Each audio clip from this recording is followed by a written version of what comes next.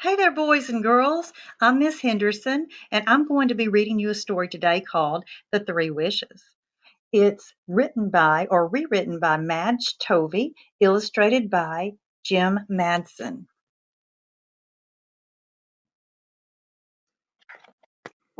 This book is published by Electronic Education, Sunnyvale, California.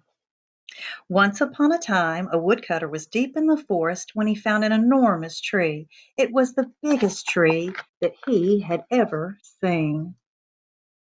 He reached back for a mighty swing with his axe when he heard a little voice shout, "Stop! Please don't chop down my tree."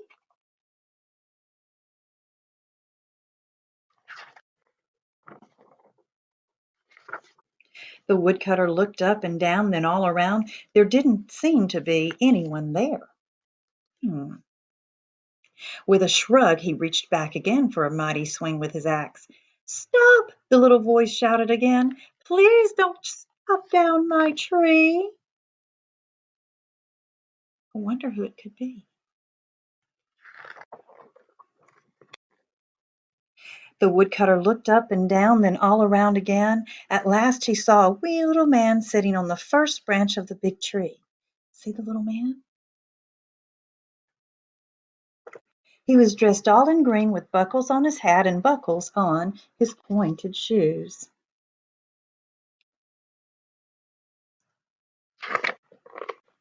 The woodcutter dropped his axe. He had never seen such a wee man before. The wee little man said again, "Please don't chop down my tree."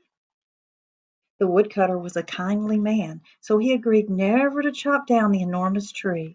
The wee little man was so grateful that he granted the woodcutter three wishes. The woodcutter was so excited that he ran all the way home to tell his wife the good news. "Wife, wife," he called breathlessly, "three wishes. We can have any three wishes we wish."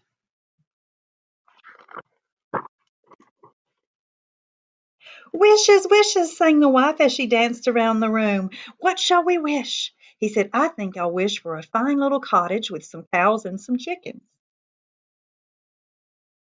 "What?" shouted his wife. "Why would you ask for a little cottage when we could have a huge castle and you could be king and I could be queen?" "I don't want to be king and live in a castle," shouted the man. "I want a cottage with chickens and cows."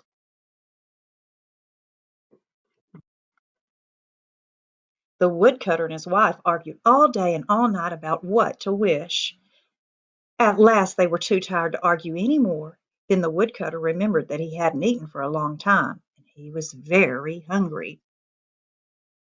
He said, "I'm so hungry, I wish I had a nice fat sausage to eat." Instantly, a most delicious fat sausage appeared on a plate before him. "Look what you've done," scolded the wife angrily. "You've wasted one of our wishes."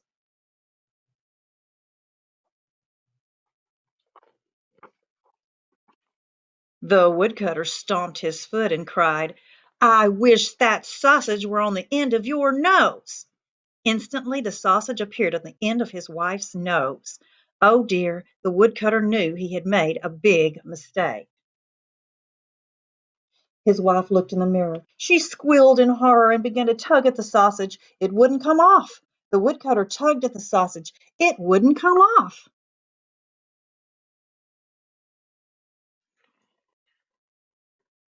The woodcutter told his wife that he would use his last wish to please her. He would wish for a fine castle where she could be queen with a sausage nose. "What?" shouted his wife. "How could I be queen in a fine castle with a big sausage on my nose?" At last they agreed on what he should wish. The woodcutter wished with his very last wish that the sausage would disappear from his wife's nose. Good call.